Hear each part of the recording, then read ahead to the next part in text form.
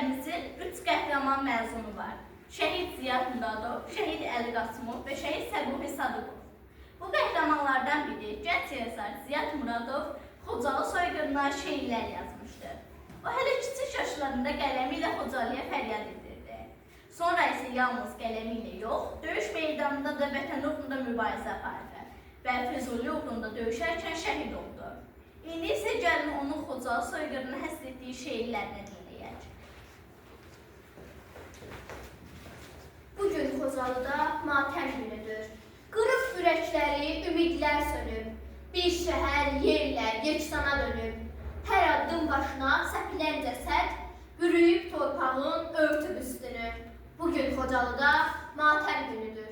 Fevralı tarixə qara yazanlar, qan içib, can alıb, azğınlaşanlar, şəhəri gülləyə, topa tutanlar, balanı anadan güclə ayırıb, yandırıb odunda can qızdıranlar.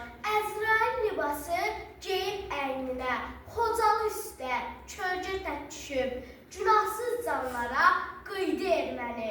Bugün Xocalıda matəm günüdür. Seyirci qalmazdı bu günə Allah, həmən gün dünya dağılmalıydı. Bu cür vəhşiliyin önündə ancaq Allahın qüdrəti dayanmalıydı.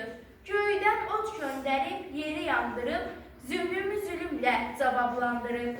Günahsız canların hesabatını günahkar olandan o almalıydı. Şehit olanların, yetim qalanın, axı tək ümidi Allah'a idi. Bugün Xocalıda matəm günüdür.